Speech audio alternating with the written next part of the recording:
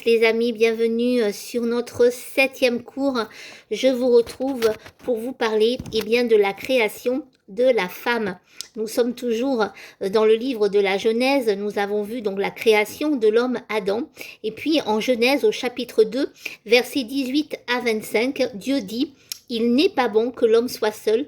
Je lui ferai une aide semblable à lui. Amen. Alors l'Éternel fit tomber dans un profond sommeil l'homme qui s'endormit. Il prit une de ses côtes, referma la chair à sa place. L'Éternel Dieu forma une femme de la côte qu'il avait prise de l'homme. Il l'amena vers l'homme et l'homme dit: voici celle qui est l'os de mes os et la chair de ma chair. On l'appellera femme parce qu'elle est prise de l'homme.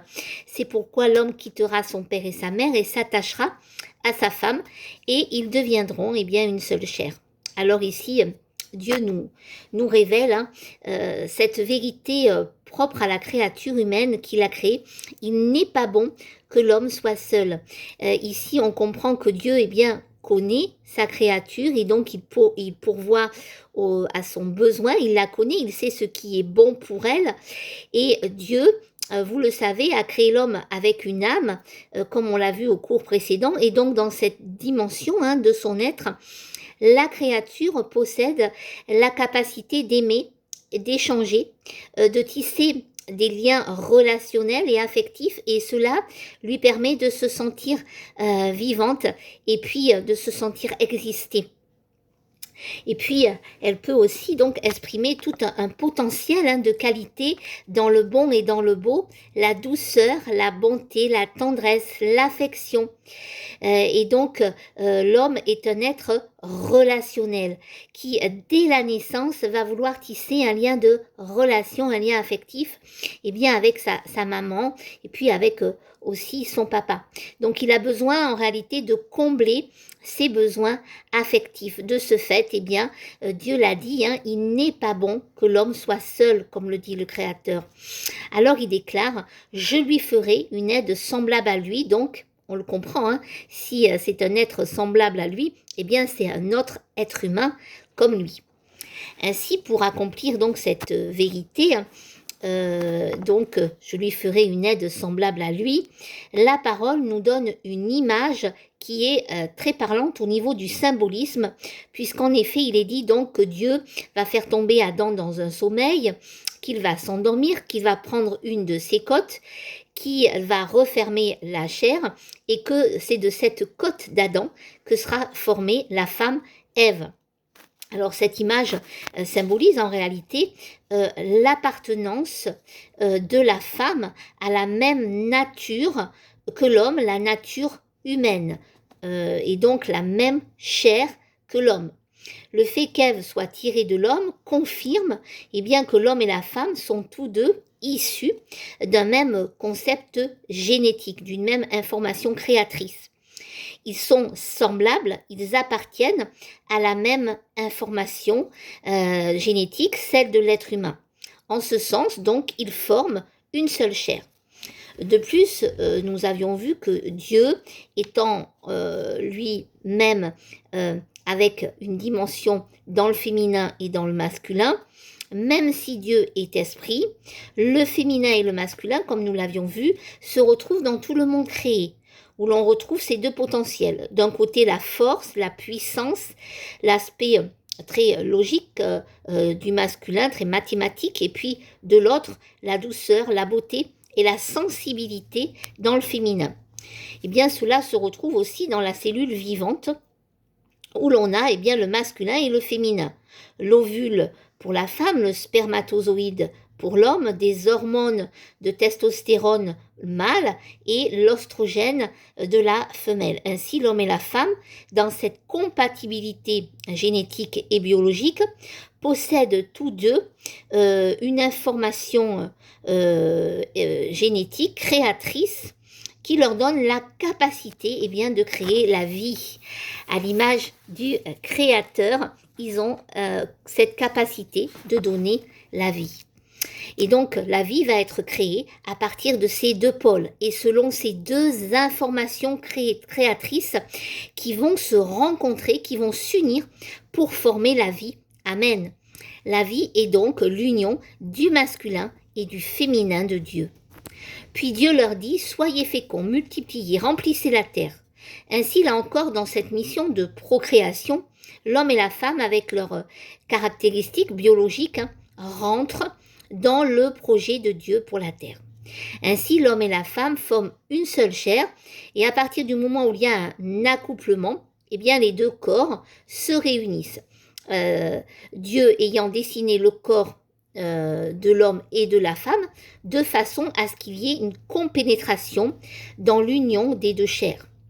Cela fonctionne aussi de la même façon avec les deux cellules qui se rencontrent, qui s'unissent, l'ovule et le spermatozoïde, les deux informations biologiques du mâle et de la femelle qui s'unissent l'un et l'autre pour donner la vie, et cela même dans une éprouvette.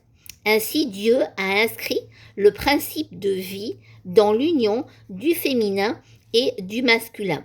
C'est la procréation. Les deux ADN, les deux informations génétiques se réunissent et bien aussi pour former un nouvel être vivant. L'enfant est donc le fruit de l'union du féminin et du masculin. Mais aussi, nous le savons aujourd'hui, avec les avancées de la science, c'est aussi l'union de deux informations génétiques, celle du père et celle de la mère, qui vont venir inscrire dans l'être humain qui va être créé, un lien de parenté dans une lignée et toute une hérédité issue du transgénérationnel transmis par les deux parents. Puis au moment où Dieu lui amène sa femme, Adam déclare « Celle-ci est la chair de ma chair, l'os de mes os ». Ici, l'homme exprime un ressenti dans son âme. Il est touché par la femme que Dieu lui a donnée. Il ressent alors un sentiment affectif. Alors, est-ce le fait que Ève soit prise de sa côte comme reliée avec sa propre chair? En tout cas, il laisse ici parler son cœur. Il reconnaît cette créature comme une partie de lui-même. Et cela entend la notion de ressemblance, de reconnaissance. Il la reconnaît comme étant de la même nature, de la même chair que lui. Et un lien d'union se crée en lui. Ils se sont unis, ils se sont liés à elle. Amen. Alors, je lui ferai une aide semblable à lui. Dieu, effectivement, a confié à Adam, nous le savons, une mission terrestre qui est de s'occuper du jardin d'Éden et de le déployer sur toute la terre, dans le beau et dans le bon. Puis d'être fécond et de remplir la terre pour propager son espèce. C'est pour ce projet de vie terrestre que Dieu donnera à Adam, donc, une aide, Ève, pour l'accompagner dans sa mission de vie. Et Ève va participer en toute égalité à ses côtés dans ce projet divin pour la terre. Ainsi, tous les deux avaient donc pour mission d'être au service de toute la création, animale, végétale, minérale. Et pour cela, Adam aurait besoin d'une aide, comme le dit le passage. Et donc, la femme n'est pas inférieure à l'homme. Elle aussi, elle avait cette mission de s'occuper du jardin en Éden et de le faire grandir. Elle est donc son égale, appelée à une mission commune, que ce soit au niveau de la reproduction de l'espèce humaine que dans la cultivation du jardin d'Éden, dont rien ne prédestinait la femme à faire les tâches domestiques ou à être inférieure à l'homme. Dieu les avait mis au même niveau de compétences pour accomplir leur mission, sauf peut-être au niveau de la condition physique par rapport au corps, où l'homme, bien sûr, a plus de force, plus de muscles que la femme. Ainsi, comme on le voit, la femme Ève était donc censée apporter à l'homme une aide, mais aussi une complémentarité dans les qualités de l'un et de l'autre, dans le sens où la femme complète l'homme par ses qualités de douceur, de beauté, de sensibilité, afin que dans la création du monde qu'ils auront tous les deux à créer, il se reflète le féminin et le masculin. Elle apparaît donc ici comme indispensable à l'homme au niveau de sa mission terrestre. Mais elle est aussi là pour combler ses besoins affectifs, puisqu'il n'est pas bon que l'homme soit seul. Malheureusement, eh bien, ces principes ontologiques, ces lois de Dieu seront perturbées en raison de la chute originelle, comme nous le verrons, pour arriver jusqu'au dérèglement total dans notre dernière civilisation. Ainsi, dans la loi de Dieu, la loi ontologique, l'homme a aussi, comme nous le dit ce texte biblique, l'homme a vocation à quitter son père et sa mère pour créer bien à son tour une famille. Sa femme vient alors s'inscrire dans sa parenté de par la reproduction d'une part, et où les deux parentés vont s'unir pour n'en faire plus qu'une, en fait, lorsque ils font eh bien, un enfant. Mais lorsqu'il n'y a pas d'enfant, eh bien, quoi qu'il en soit, c'est le lien de l'esprit qui prend le dessus et qui unit alors les deux chairs. Ainsi, l'homme et la femme s'inscrivent dans l'ontologie de la vie terrestre. Amen. Au sujet du fait que la femme soit issue de la côte d'Adam, Matthew Henry, un bibliste anglais du XVIIIe siècle, dira ceci: « Ève ne fut pas créée à partir de la tête d'Adam pour le gouverner, ni à partir de ses pieds pour qu'il la piétine, mais bien de son côté, pour être son égale, pour être protégée de son bras et pour être aimée de son cœur. » Alléluia, soyez bénis les amis, on se retrouve pour un prochain cours.